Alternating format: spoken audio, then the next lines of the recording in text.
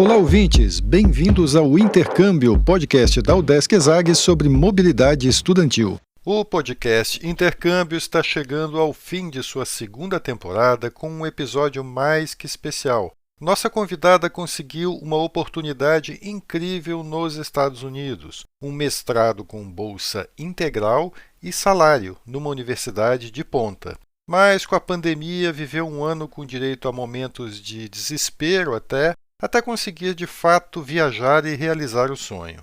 Paciência e resiliência são os nomes do jogo. Vem com a gente!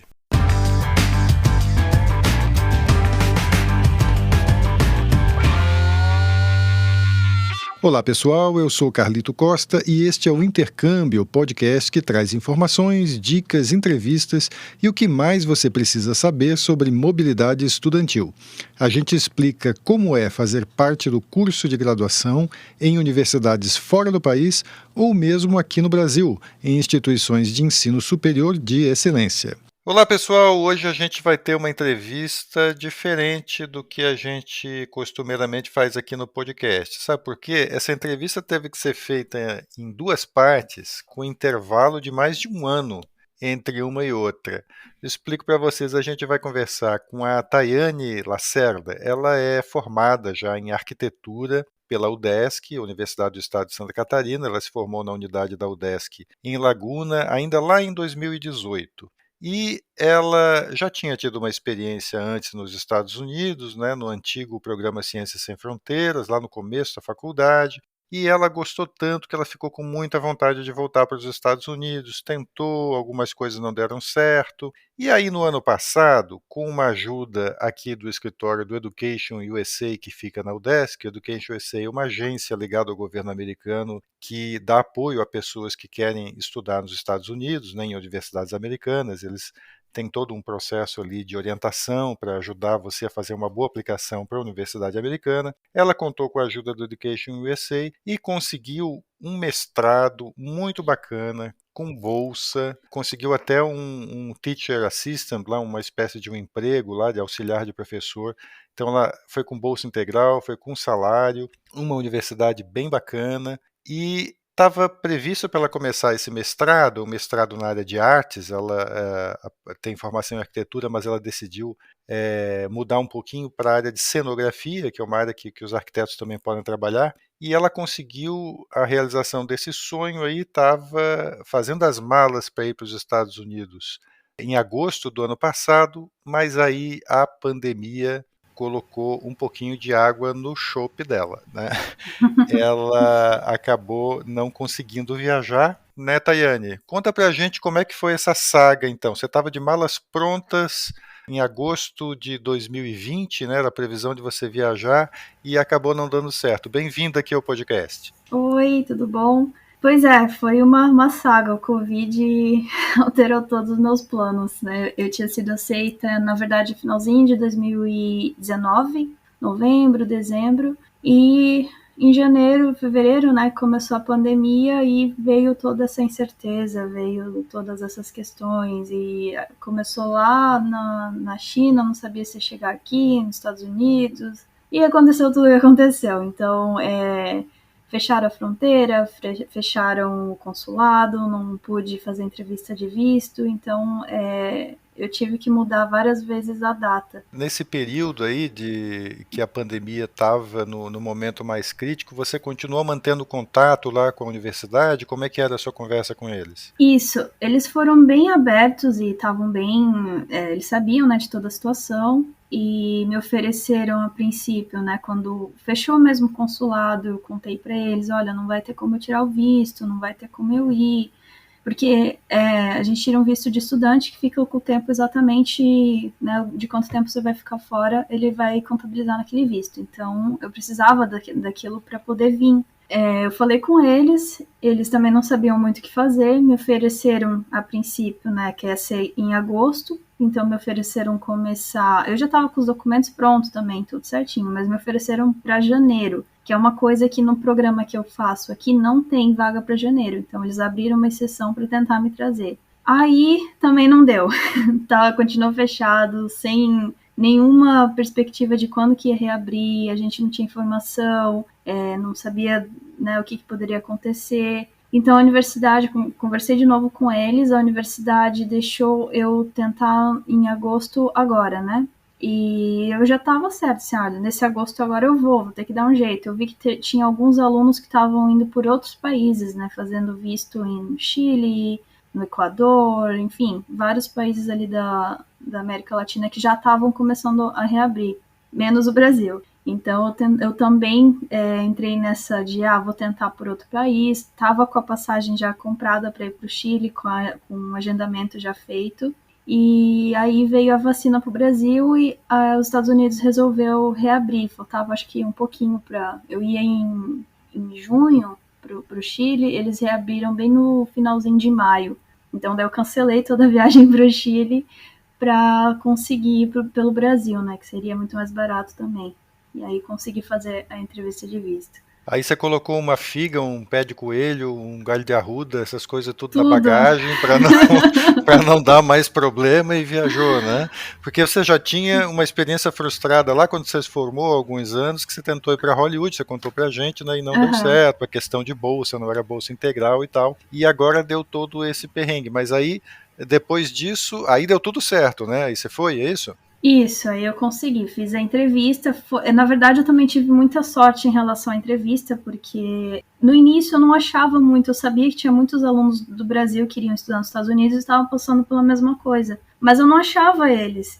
Eu fui encontrar eles, a gente achou um grupo pelo Brasa, se eu não me engano, pelo grupo do Facebook do Brasa, que é uma união dos alunos brasileiros nos Estados Unidos. Aí a gente se encontrou, foi feito um pedido para o consulado para abrir sessão para estudantes, né, para poder fazer o visto, e a gente trocou informação em relação ao Chile. Aí que eu encontrei, e tinha muita gente que estava pela mesma situação, né. Então foi toda essa saga para conseguir, mas a bolsa, tudo ficou mantido, tudo certinho. E eu só consegui de fato viajar final de julho, que meu programa eu tinha que estar aqui dia 3 de agosto, então eu viajei ele finalzinho de julho. Mas aí tudo certo, consegui a vaga. Teve aluno ainda que está tentando marcar as entrevistas de visto, mas eu consegui bem pela data que eu precisava estar aqui. E nesse período que você ficou aqui no Brasil em contato com a universidade, eles continuaram sempre também te ajudando a não perder essa vaga, né? Ou teve algum momento que ficou ameaçado, eles chegaram a dizer, pode ser que não dê, ou eles sempre te disseram, não, você vai vir para cá, a gente vai dar um jeito. Como é que foi essa conversa? Teve só um momento durante todo... Eu não tinha nem certeza em relação ao Chile, ainda estava decidindo se eu ia para o Chile ou não. Eu recebi um e-mail geral, assim, que tem dois e-mails, né, que a gente recebe. Um e-mail do departamento e um e-mail geral da universidade. Eu recebi esse e-mail geral falando que os alunos que tinham sido aceitos antes de chegar aqui no Kansas e não conseguiram chegar ainda, teriam um risco de perder, teriam o dinheiro para a bolsa só no primeiro ano. O segundo e o terceiro eles não iam garantir. Então eu fiquei desesperada, né? De novo isso, não! Porque antes você não tinha ficado desesperada também. Sempre era um perrengue, né? Mas eu até cheguei a aplicar para outras universidades, fiz todo o processo de aplicação de novo, fui aceita em outras, mas aí a gente chama de head aqui, né, que é o chefe do departamento. Eu mandei uma mensagem para ele falando, olha, eu não posso ir se eu não tiver a bolsa, então o que eu vou fazer? Já estou aqui com a passagem comprada para o Chile, quero dar um jeito de conseguir o visto para ir, mas eu não posso ir sem a bolsa. Aí fiquei nesse desespero, indecisão de novo, de para onde que eu vou. E aí ele me respondeu falando, não, a gente conseguiu, a gente vai manter sua bolsa uns 3 anos, não se preocupa, tudo certo. E aí, então tá. Aí logo já deu tudo certo. Aí quando chegou aí nos Estados Unidos, você ganhou também sessão de terapia de graça, não, coisa assim. Olha, pior que tem, eu não cheguei a usar ainda, mas tem. Então você está aí nos Estados Unidos, na Universidade de Kansas. Conta pra gente o que você encontrou, como é que foi a tua chegada aí nos Estados Unidos, na cidade em que você está, na universidade, como é que foi o teu começo aí, a tua recepção aí? Foi bem legal também, foi uma experiência bem diferente do Ciências Sem Fronteiras, né? Porque eu vim sozinha, da outra vez a gente tinha um grupo de brasileiros, aí tinha uma advisor que vinha, buscava a gente no aeroporto. Agora não, eu tive que ir atrás de tudo sozinha. Transporte do aeroporto, o aluguel, onde que eu ia morar, o que eu ia fazer, tinha que decidir tudo sozinha, né? Mas como eu tive bastante tempo para ver isso, eu já tinha tudo pronto, né? Então eu já sabia onde eu ia morar, já tinha. Eu divido o apartamento aqui com uma coreana, então a gente já tinha conversado bastante. Ela também passou por um perrengue bem parecido, porque a Coreia também estava fechada, só que ela veio em janeiro, né? A Coreia reabriu antes do Brasil. Então ela veio 6 meses antes de mim, e aí a gente já se encontrou depois, no finalzinho de julho, quando eu cheguei.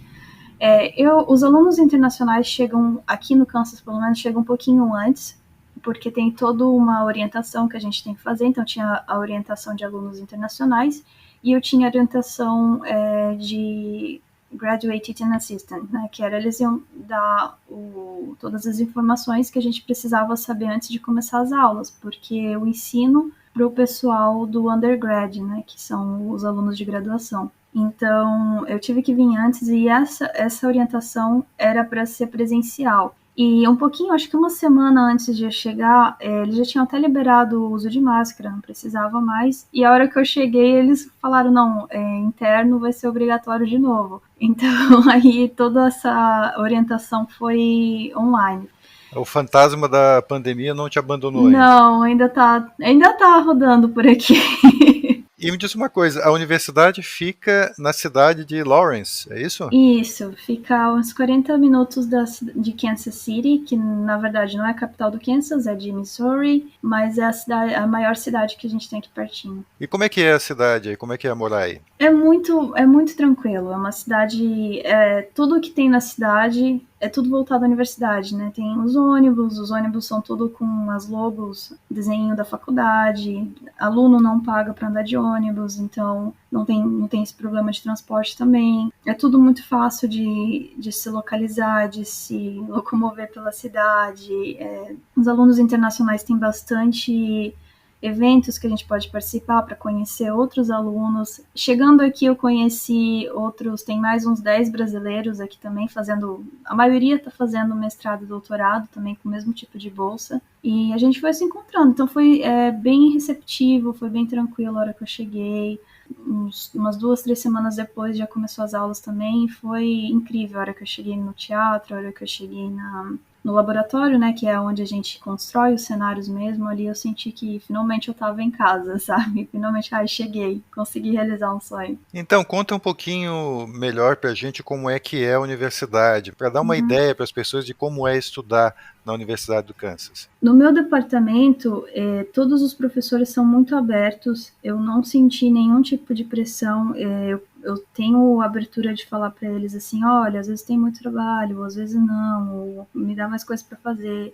A estrutura é muito grande, a gente tem bastante laboratório, a universidade toda em geral, né, não só no meu departamento. E ali no meu departamento a gente tem 2 teatros, a gente tem o teatro que é o Proscenium, que é aquele teatro tradicional que a gente, né, fica sentado na frente do palco, e tem um outro teatro que a gente chama aqui de Black Box, que é um teatro mais flexível, que a gente pode fazer todos os designs, né, bem diferenciados. Para os 2, a gente faz, como alunos de mestrado, a gente faz o design para as peças de teatro que acontecem durante todo o ano aqui, né? Então, por exemplo, essa semana está acontecendo um teatro que os alunos de graduação são os atores, né? Porque eles fazem aula de atuação. Então, eles são os atores e a gente desenha toda a peça. Tem um laboratório que aí é uma das aulas que eu ensino, que é Scenic Production. A gente pega todas planta baixa, corte, tudo que tem relacionado a cenografia, né, o desenho da cenografia, e vai lá e constrói na verdade, assim, eles têm que mexer nas ferramentas, tem madeira, tem que pintar, então a gente constrói tudo ali dentro do laboratório. E aí leva para o teatro e toda a mágica acontece, né? Então tem muito recurso, tem muita bolsa também. Eu tinha ganhado aquelas bolsas que, né, já estava tudo 100%, ganhei meu salário como professora aqui também, mas tinha algumas taxas que às vezes a universidade pede, que é pouquinho, né, não chega nem a $1.000, mas mesmo assim eles incentivam você a aplicar em outras bolsas, e por exemplo, recentemente eu ganhei mais duas, que era uma de auxílio de emergência e a outra era para alunos de mestrado, que ajudou bastante para você comprar material, para você comprar coisas que você precisa, né? Então, a estrutura é muito grande, tem muito apoio, tem muito setores que você pode ir para ajuda, por exemplo, se você for fazer um mestrado que demanda mais redação, a gente tem estrutura aqui que você pode ir lá, é de graça, e o pessoal vai te ajudar a escrever, né? Principalmente aluno internacional com todas as questões de inglês e a BNT deles aqui também, todo esse apoio a gente tem. Tem 2 bibliotecas, tem o Student Union, que também tem muitos clubes que você pode ir, tem clube até da Disney, assim, tem de qualquer interesse que você quiser, você consegue achar aqui. Tem capoeira, tem muita coisa. Então, é um campus muito grande, muito bonito também, fácil de você encontrar as coisas, tem restaurante dentro, para quem for fazer graduação também tem, né, o intercâmbio também tem os dormitórios. Eu, como mestranda, não preciso ficar em dormitório, mas também se você quiser, você pode ficar morando dentro da faculdade também. Você se inscreveu nas aulas de capoeira aí para manter uma conexão com o Brasil ou não? Não é o teu... Eu não tive tempo de ir pra capoeira, mas eu me inscrevi no Brasa aqui da QU, né? Cada tem o Brasa Geral, que é esse clube de estudantes brasileiros, e aqui tem um também. E me inscrevi no Brasa, então a gente, por exemplo, vai fazer alguns eventos, como vai fazer uma festa de Halloween do Brasil, a gente vai fazer feijoada, vai mostrar questões culturais, mas também vai apresentar projetos acadêmicos, né? No teu caso, você está começando o curso agora, né? Você está há pouco tempo aí, mas você teve toda essa experiência meio traumática aí para chegar aí, né? O que isso te ensinou? Eu acho que a principal característica que eu trabalhei bastante durante esse período de Covid, que eu tive que esperar, foi ter paciência mesmo. Porque eu sou uma pessoa muito ansiosa, eu quero resolver as coisas para ontem, sabe? E não tinha o que eu fazer, né? Eu tinha que esperar reabrir, tinha que esperar outras coisas acontecer que ninguém sabia como que ia acontecer. Então, não tinha data. Isso eu trabalhei bastante a minha paciência, porque a gente corre muito atrás, a gente está sempre, né, fazendo prova e aplicando e fazendo entrevista. E naquele momento não tinha muito o que eu fazer, então eu tive que realmente esperar. Eu acho que isso foi o principal mesmo. Pô, se você é uma pessoa ansiosa, você deve ter acabado com as suas unhas, então, né? Depois disso tudo Nossa! aí. Então essa dica que você deixa, então, Tayane, tenha paciência, que seja persistente, não desista, que você chega Isso. lá, é isso que você diria para os seus colegas? Isso, por mais que às vezes você vai receber muitos nãos, todo o processo de aplicação, eu ainda estou recebendo muitos nãos, né? E é normal, isso é normal da vida, mas a gente não pode desistir.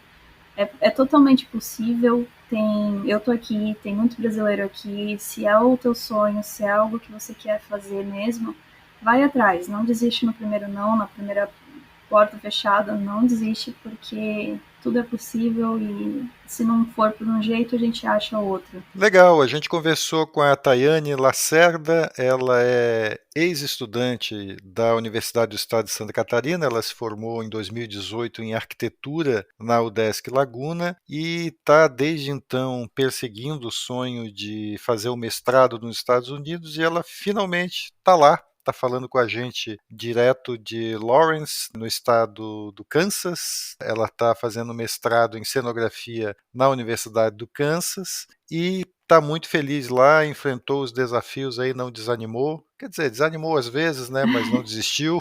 Sim, teve momentos que chorava, né, que ficava super triste, que pensava assim, não vai dar certo, não é para mim, não era para ser, mas o importante era ter mantido essa positividade ou esperança no fundo do coração, né, que no final deu tudo certo. E é isso aí, no final deu tudo certo. Tayane, muito obrigado aqui pela entrevista no podcast. Obrigada também. E antes de encerrar, a gente lembra que você pode ouvir todos os episódios do podcast Intercâmbio em vários aplicativos de áudio. Tem no Spotify, Apple e Google Podcasts, Audible, Amazon Music e até no YouTube, só para citar alguns. Os links para ouvir estão todos na bio do nosso Instagram. Segue lá o @intercâmbio podcast, tudo junto, e dá um oi pra gente por lá. Repetindo, o Instagram é o @intercâmbio podcast. Este é o podcast Intercâmbio, uma produção do Centro de Ciências da Administração e Socioeconômicas, a ESAG, da Universidade do Estado de Santa Catarina, em parceria com a rádio UDESC FM. Eu sou Carlito Costa e faço a produção e apresentação do podcast. A edição é de Matheus Mira. Muito obrigado a você que nos ouviu e até o próximo episódio.